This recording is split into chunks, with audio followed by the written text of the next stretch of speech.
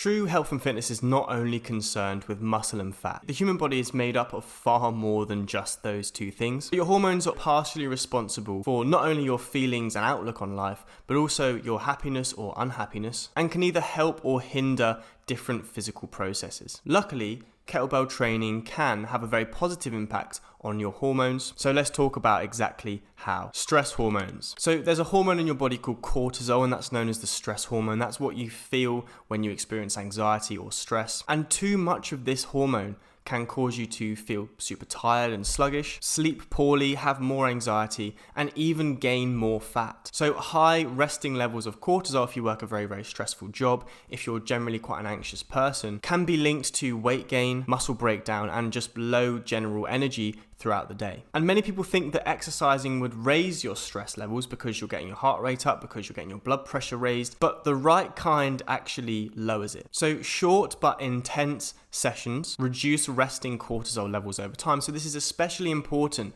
if you are an anxious person, if you have a stressful job. Your priority should be moderate or vigorous intensity exercise at least 3 times per week. That's where the greatest reductions in stress, in cortisol happen. So if you've ever done a vigorous workout, one that gets your heart rate high, one that makes you breathe really heavy, like a HIIT workout or an EMOM workout, you might have noticed that afterwards you feel almost like a completely different person. You feel far more positive, you feel far less stressed and far less anxious, and paradoxically you have more energy.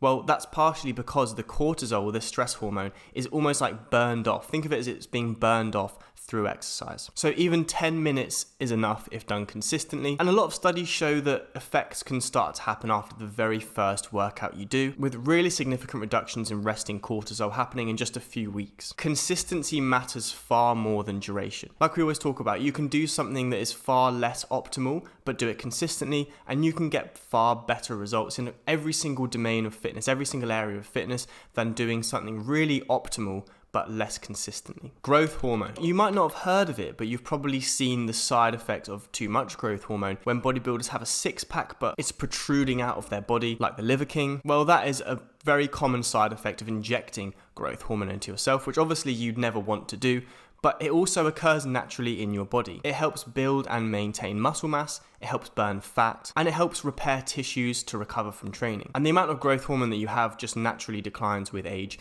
Like most things, muscle mass, bone density, testosterone, and growth hormone, they all decline as you get older. There's nothing unusual there. But growth hormone also spikes during exercise. So this means that as you get older, if you want to keep or build lean muscle mass, you want to keep burning fat fairly efficiently, and you want to recover faster after workouts, you need slightly more growth hormone, and you can stimulate this through exercise. So the more muscle groups that you can recruit with exercise, the bigger the increase in growth hormone. Now, it's not a crazy increase. It's not like you're going to double your growth hormone, but you are able to spike it, to increase it. It is temporarily, but if you exercise frequently enough, like we said before, consistency matters far more than duration. You can keep your kind of average level of growth hormone relatively high even as you get older. So moves like goblet squats, deadlifts, swings, cleans and presses, rows, all will stimulate growth hormone very effectively. And the research shows that 10 to 20 minutes of high intensity resistance circuits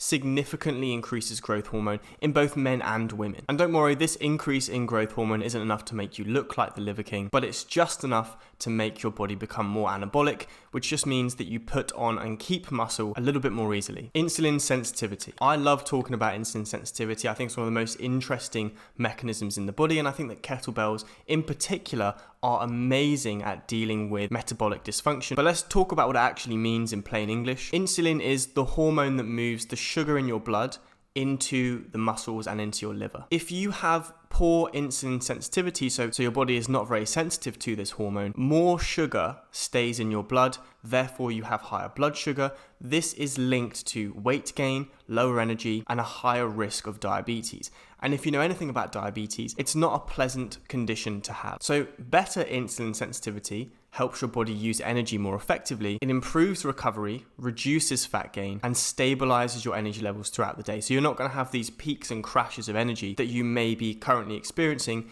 if your blood sugar levels are a little bit off. Muscle contractions during kettlebell exercises pull sugar, they pull glucose into your muscles. And obviously, again, the more muscle groups that you can target, so doing movements like kettlebell swings, like deadlifts, like goblet squats, like rows that target a lot of muscle groups at the same time, results in greater uptake of sugar from your blood into your muscles. And according to research, this can happen in as little as 2 to 3 weeks of training. Think of it like opening millions of tiny doors to let sugar get into your muscles instead of keeping the doors locked and it just kind of floats around in your blood and causes all kinds of problems. The more consistently you exercise, the better your body can deal with sugar, the lower your risk of conditions like diabetes. So why exactly are kettlebells so effective at doing all this? Well, firstly, they can combine strength and cardio into one short session. They engage multiple muscle groups at the same time, which then leads to a stronger positive hormone response, and they're efficient. Research shows that just 10 minutes of kettlebell training